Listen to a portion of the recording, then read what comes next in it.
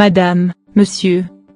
Bien étrange État que la France qui se préoccupe plus de voir ce qui se passe à l'étranger, plutôt que de régler des priorités étatiques, laissant place à ces conflits d'intérêts et ces dommages collatéraux, dégâts ou dommages causés involontairement ou inconsciemment, que représente le nombre impressionnant de suicides en France. La France est un des pays européens qui a le plus fort taux de suicide avec pas moins de 10 000 décès par an, soit 3 fois plus que les accidents de la route. Conflit d'intérêts et corruption. Le lien entre un conflit d'intérêts et un acte de corruption n'est pas immédiat, mais il sera proéminent pour abuser les familles en France, que ce soit dans le secteur privé ou public, ses activités ou ses responsabilités, qui sont secondaires par rapport à l'élément principal auquel ils sont liés, peuvent venir influencer le comportement professionnel. La justice, l'institution aide sociale à l'enfance ou encore un tuteur institutionnel, peut être tenté de tirer un avantage personnel de sa fonction. Ne pas accepter le contradictoire peut représenter une discrimination mais également une corruption. Prévenir les situations de conflit d'intérêts fait ainsi partie intégrante de la prévention de la corruption, ainsi que ses dommages collatéraux, infligés et désignant des victimes civiles, subissant ce traumatisme institutionnel. La dignité de la personne humaine n'est pas seulement un droit fondamental en soi, mais constitue la base même des droits fondamentaux. La Déclaration universelle des droits de l'homme de 1948 inscrit la dignité humaine dans son préambule, considérant que la reconnaissance de la dignité inhérente à tous les membres de la famille humaine et de leurs droits égaux et inaliénables constitue le fondement de la liberté, de la justice et de la paix dans le monde.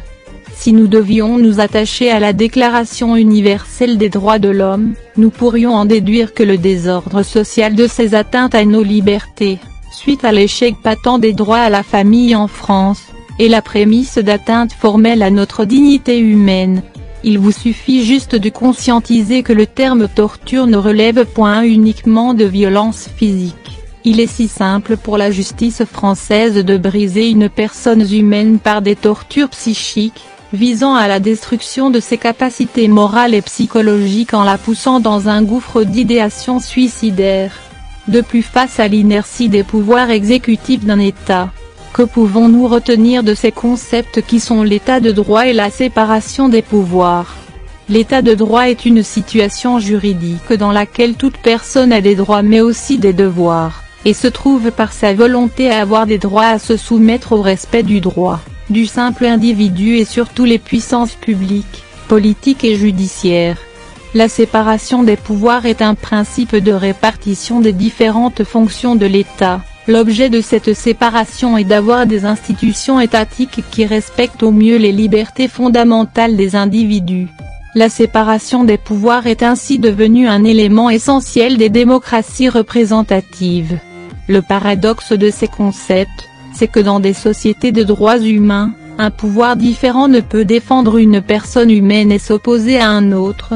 Lorsque l'on signale à un politique une violation des obligations nées des traités ou toute autre source du droit international, on nous renvoie vers le système judiciaire, mais oubliant que la responsabilité de l'État est engagée car ceci relève du droit international, entre autres la loi de nation, projet de code de droit international public. Le droit international public régit les relations entre les sujets de ce système juridique, qui sont les États, les organisations internationales. Les sources conventionnelles de ce droit sont les traités et les conventions. La séparation des pouvoirs doit dérouler, comme garantie pour l'homme et le citoyen, une fonction de contrôle sur l'exercice des pouvoirs de la part des organes avec l'autorité légitimée selon le principe démocratique. Je réitère que ce terme torture ne s'étend pas à la douleur ou aux souffrances résultant uniquement de sanctions légitimes, inhérentes à ces sanctions ou occasionnées par elles, mais s'attache également à la volonté de porter atteinte à la dignité humaine. Dès lors que l'exclusion parentale consiste à éliminer un ou plusieurs parents, mère, père, grands-parents, frères, sœurs, etc., de la vie d'un enfant ou d'un jeune adulte. Cette attitude aberrante vise à détruire les souvenirs, l'image et la place d'un ou des parents dans la vie d'une personne susmentionnée.